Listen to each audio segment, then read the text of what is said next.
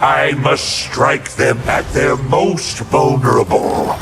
Hey, Marvelous viewers, care to see what we'll find as we delve deeper into the origin of the super iconic villains from the X-Men universe? Since Apocalypse is coming back to X-Men 97 Season 2, I had lots going on in my mind. Every day, every night, I kept thinking, pondering, and even dreaming about Apocalypse. I called my friends up just so I could strike up a chat with them about how legendary Apocalypse is. In other words, I got nuts. And in such a phase of my life, I found this comic book from my shelf. It's called The Rise of Apocalypse. It's one of my favorite comic books of all time, especially because it has a touch of Egyptian history, and I love Egyptian history. I love anything Egyptian, or even Egyptian-esque, e.g. Dune, and that's why we're here today, exploring the comic book panel by panel, and I hope that you'll be able to feel that nostalgia rising in your system if you've read this book before. So, should we start? Rev up the engine, because we're gonna, before going to Egypt, we should probably talk about who exactly Apocalypse is, huh?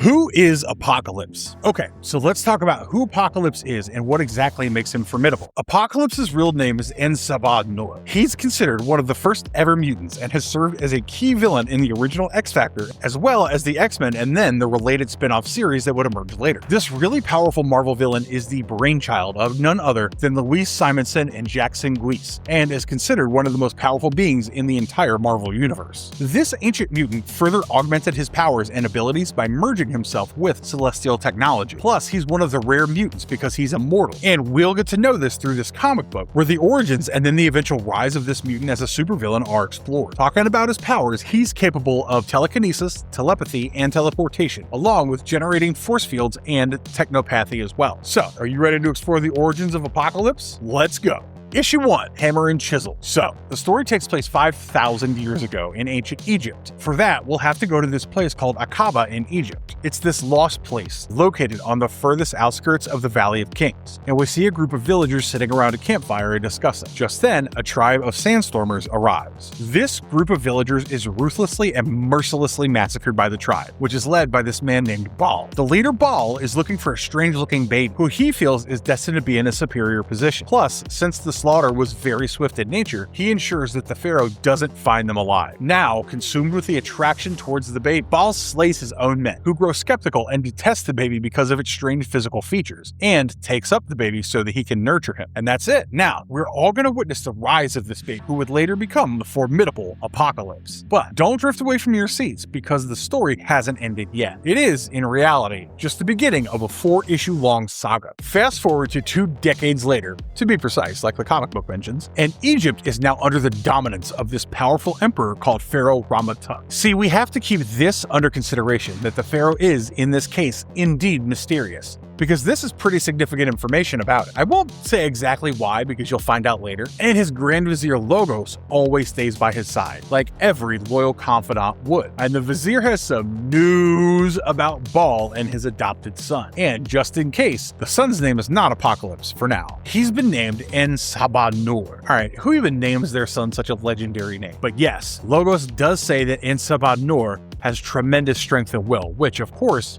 irritates Rama-Tut. He commands his soldiers to look for this kid so that Baal can be killed for raising his potential enemy. Miles away from the Pharaoh's palace, here it is, our young hero, blue-skinned, combating 3 men. And he, of course, defeats them because he's the Apocalypse, baby. But yeah, since he's an adopted son, the 3 men taunt him during the fight. They say that he's not fit. They say that he's not worthy. And this has kind of affected En-Sabah-Nur mentally. Just after this fight, we're again brought back to what's happening in Pharaoh's palace. He orders his general and advisor named Ozymandias to deliver En-Sabah-Nur to him by the next moon. I think we need to prepare ourselves because the worst is to come. Oh no. Anyway, even though En-Sabah-Nur defeats those 3 men successfully, he's still mentally afflicted. He asks his father why people hate him, to which his father replies, "Oh son, they are weak and foolish. You're better than them, and that's why they hate you." Just like what my mother said to me when the kids were bullying me. But then he delivers this amazing lesson. Patience is a hero's sharpest weapon. Unfortunately, Ozymandias and his army have reached the outskirts of the Sandstormers village. There, he wonders why the Pharaoh hates a mere barbarian so much. And to this, Logos replies, "Oh, that barbarian barbarian offered up his sister to him as a personal bid for power, and that's why he holds this grudge against him. Meanwhile, Baal takes Ensabanur to a stone totem and explains how its ground always faces shifting and stirring fault lines regularly and does not stay solid forever. He then adds that their ancestors figured these changes out, which is why they built their totem as to reflect these physical changes for eternity. They soon arrive at a cavern about 200 feet under the ground. Ensabanur asks him, what is this place? Baal says that it's a place of wonders dedicated to the Pharaoh. But what if we get caught by the Pharaoh because we're here? Baal then tells him, oh, do not fall victim to the misconceptions of an ignorant man. He's no god, my dear son. He's just a man, even if he's nonchalant. I found him in a god-awful position anyway, way before he became this megalomaniac king. Oh, so you discovered him? Yes, I did. We had raised him and nurtured him just the way we did with you, but then he betrayed us. So why is this place important to him? It's because a relic lies here, and it's very precious. It whispers visions, an incredible artifact of promises and prophecies, and it has survived whatever disastrous situations the Pharaoh has put it through. This is why he fears it. In the meantime, somewhere above the ground, Ozymandias and his army attack the Sandstormers' camp. Unfortunately, they're ambushed by the Sandstormers, all while Ensabanur looks at the ancient representations of Rama-Tut that have littered the wall. He then grows curious about the object and takes it by his hands, despite Baal warning him not to. He then lets out a grin and says, if he fears this object, he'll fear him too. Then we get to see exactly why Baal warned Nur not to touch the mysterious ball, because just after he grips it, the soldiers are outflanked and then also consumed by a dark gaping pit, both the Sandstormers and the people from the Valley of the Dead. Moments later, a wounded Logos, one of the royal advisors of Rama-Tut, then returns to the Pharaoh's palace and tells him, Your Majesty, this kid stands way beyond my strategy. Then the Pharaoh says, oh yes, he's way ahead of our time, but I'll be waiting when he emerges.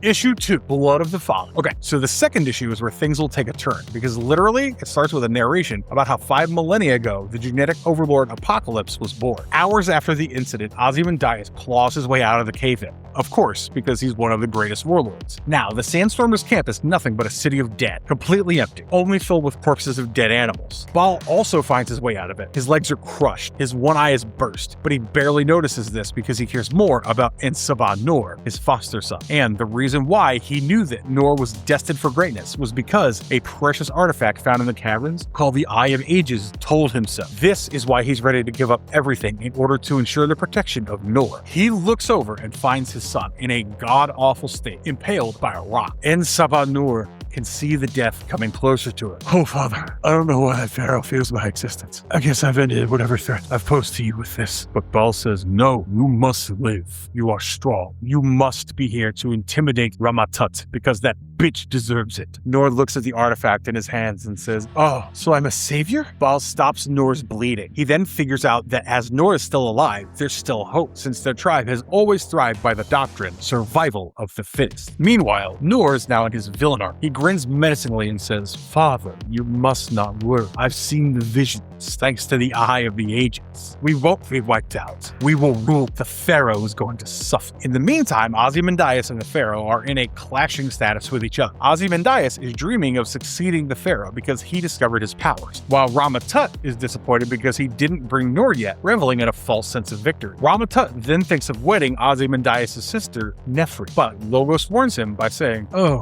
what if he takes advantage of that situation and takes up the throne? Meanwhile, with the passage of time, Nur's body begins to recover and his injuries heal. However, Baal forewarns him of his own imminent death, calling upon him. Nur says, are you crazy? Don't say that. Baal then says, oh, it is indeed true. I'm just an ordinary mortal whose body is weakened because we have nothing to eat and drink, and you are Ensabanur, the first one, just like the hieroglyphs read. You are my weapon against Rama-Tut. Nur says, if it's true that I'm as strong as these prophecies say, then why did you not see me as a stranger and treat me like your own son? Baal says, what is. Unfortunately, Baal later collapses to the ground, just after telling his son to seek out the Sphinx so that Rama-Tut can be defeated. This angers Nur. He's saddened by these events. Why would only his father have to suffer from all this? Does kindness always invite this kind of turn of events? These thoughts fill Nur's body with a thirst for revenge, and he seeks out to destroy the Pharaoh forever and ever, becoming the apocalypse he has always sought to become and has been foretold. For days, the immortal being travels, and despite the lack of nutrition, he's still alive and well. 4 weeks later, on the hottest and longest day, he finally reaches the Valley of the Kings, where he's greeted by a stranger. He's Logos, and he's offering to help him? Oh, first you need some water to drink, he says. Plus, he knows everything about Noor. And before the latter even introduces himself, he reveals his entire biodata right in front of him. And you know something fishy is about to happen. In the meantime, Ozymandias has already been imagining himself on the Opal Throne because he thinks that the Pharaoh is marrying his sister, which is why his descendants will be the next heir to the throne. He also asks Logos to take his side. He also seems way overconfident because he thinks that Noor won't strike against him because he's feared. But the reality is something else entirely. Like Logos talks to himself, Ozymandias' sister is now a relic because Tut's heir is in the wastes. Now, Logos has told Tut that Ozymandias is the king's butcher and is the one responsible for Bul's death, so that Ozymandias suffers the most painful death. And Tut is, of course, infuriated, so he pulls out the dagger. Logos nervously laughs and tries to stop him, but Noor denies. Meanwhile, Noor feels tears falling on the palm of his hand. When he looks up, he sees Nefri, who's crying. No one knows what these tears indicate. Are these of hope or sadness? No one knows. Plus, Nefri silently wishes that the stranger Noor has the valor to oppose both Tut and Ozymandias, the two evil conspirators. Just then, Tut appears behind her and commands her to come over, while she expects the goddess Isis to watch over him. Issue 3. What is it like to see the face of the gods? Unfortunately, Noor becomes a slave and works in the pyramids. Nobody knows his identity except Logos, who has hidden him from the Pharaoh's wrath. His strength also inspires the other slaves because they feel, oh, this slave can't be a human at all. He's exceptional. And this, of course, threatens Ozymandias because he doesn't want anyone to seize his position from him. So one day, as Noor rests while working on a pyramid, Ozymandias comes over and then whips him fiercely, which makes him lose balance and topple down from the unfinished pyramid. The fall was, of course, lethal, but not for Noor. As he lies on the ground, he gets a vision of the goddess Isis herself, thanks to Nefri. She says, oh, you are in Sabah Noor. You're not supposed to be a slave. You're the most powerful being. Suddenly, Noor starts gaining powers. Oh, what's happening to me? He wonders. He's floating. His blood is on fire. He's possessing the power of the sun, and looking at this, Ozymandias and his army are beyond shocked. Ozymandias then orders his guards to kill the kid, but to no avail. Nefri is super impressed with whatever is going on. She admires Noor's strength and plans that she has to get him out of here. But here's the thing, and it's super interesting. Rama-Tut has now captured the Fantastic Four. Yeah, the Fantastic Four. He has captured the Fantastic Four from another dimension, and he's planning to control these heroes who've forgotten their identity so that he can become the Lord of the Seven Seas, and in fact, 7 universes as well. Meanwhile, the Fantastic Four tries to ask Noor if he knows, but Rama-Tut silences the 4 heroes, and then orders Logos to drift away from there so that he cannot know the real truth, that he's actually an outsider, a time traveler, and ridiculously enough, Logos knows all of it. Rama-Tut has snapped the Fantastic Four's powers through a weapon, which is in this ultra diode red, and this finally reveals the mystery. He's here from the year 3000, and he came here as a time looter, so that with his headquarters in ancient Egypt, he could rule the whole of mankind. Now, the Fantastic Four, realizing that he's not from that dimension at all, start rebelling against him, and try to seize his ultra diode ray. But then Rama-Tut grabs Susan Storm and says that she'll be rewarded with being his bride. Like, what? Bro, she's already married. Now, in Logos' chamber, he's infuriated because he's served Egypt for years, and all he got was his schematics being stolen by Ozymandias. Now, he sees Noor as the only hope. He wants Noor to kill him. Now, somewhere in the underworld, Nefri has hidden Noor from Tut and Ozymandias. I'd love to explain in detail what she said to him, but she speaks of the Sphinx and does say that her mom has taught her to respect the omens and how she sees a hope in the horizon by looking merely at his face. Basically, Nefri wants him to be a part of her humanity. In other words, she wants him to be her husband. However, Noor denies because he had sworn that he would not give his heart to another for eternity after his father's death, even though Nefri is not ready to abandon him. Oh, you spoke of the Sphinx. Take me there, Noor says. Both reach the Sphinx, and as Noor is having a deep conversation with Nefri about how he lost his father, and is here to protect them all from the burning sands, a strange thing happens. They're shocked to find Logos hanging from a cross, with blood oozing from his weakened body. They look down and see Ozymandias along with his guards, grinning as he says, "You're in the viper's nest. Our monarch wishes to see you too." Plus, Tut also didn't expect Nefri to be accompanying Noor, so he's super upset. During the next sunrise, Nefri and a weakened Logos are fastened to the stakes so that they can be executed. Meanwhile, the Pharaoh is beside Sue Storm, and he introduces Noor to the public as his successor. He asks Noor to bow before him. However, Noor refuses because he's not his son. Tut then tries to threaten him with a spear, but he says that all must bow to him instead. So yeah, everyone does bow to him. A few moments later, Noor then sees how Nefri's sentiments are hurt by him, as Logos tells him not to trust the Viper, and this enrages Noor, to which he springs into action against the Pharaoh. However, under the pressure to act, Tut uses his ultra-ray diode and knocks Noor down unconscious. Now, the ruthless villain brags, "Oh, y'all did see that he was a messenger of God, right? Look at how I defeated the messenger of God himself." He then orders the guards to dismember Tut's body and scatter them from Pelusium to Memphis as a warning. He also orders that Logos will be cast into the Delta waters and Nefri shall be free because he has a wedding to prepare for. However, little does he know that a tragic fate awaits him, his kingdom, and Ozymandias too.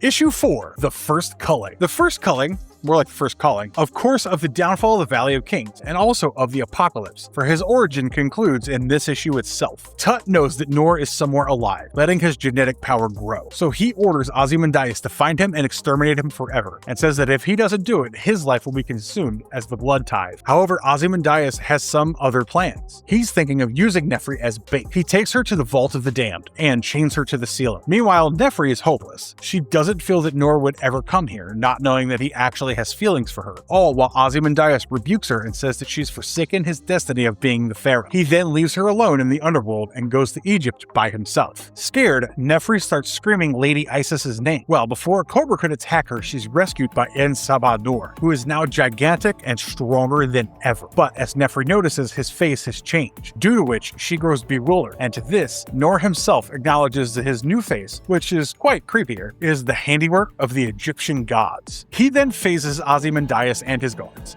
adopts the name Apocalypse, becoming the strongest entity that he is, due to which the guards fall before him. However, our poor Apocalypse witnesses a betrayal as Nefri backs away from him and joins her hands with her brother instead, despite everything that happened between them. This causes Noor to stop believing in humanity, and he becomes the fiercest entity ever. The doctrine of survival of the fittest echoes in his mind, as he keeps thinking of reaching the Pharaoh and killing him. Ozymandias watches the giant mutant depart and realizes that Noor is indeed unearthly. One of the guards asks, "Where's the Pharaoh?" Funnily enough, Rama-Tut has fled from the dimension, due to which people think that the Pharaoh has abandoned the kingdom. Ozymandias now follows the footsteps of the giant-sized Noor. He notices an entrance which definitely does not look like something Logos' science has created, so he grins to himself, thinking that his destiny will finally be fulfilled. He then finds the Pharaoh and the Fantastic Four trying to destroy each other, and he's even more pleased. He then leads down another passage and finds a technological marvel that Rama-Tut had invented. This pleases Ozymandias more because he'll be able to control the whole universe. But surprise!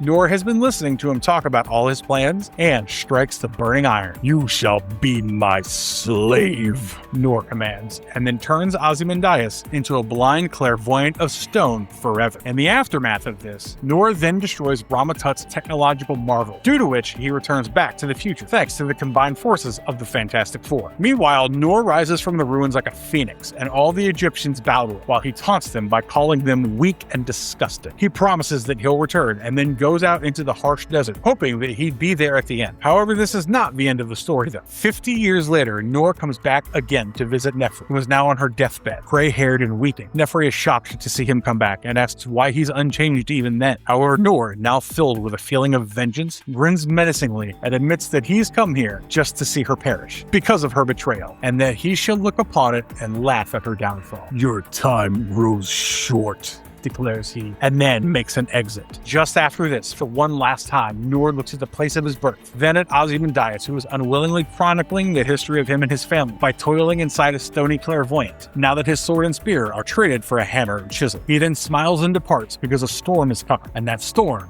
is none other than the Apocalypse. And if you want to read a separate comic book which explores the Fantastic Four side of that story taking place in this same setting, then you can look into the first series of Fantastic Four, number 19. So that's all for today, guys. If you guys enjoyed this video, don't forget to drop a like on our video and share it with your friends. Also, for more marvelous videos, make sure to subscribe to our channel and hit that bell icon so that you never miss any updates. Until then, we'll see you in the next video. Bye-bye! Hey, and don't forget, stay marvelous.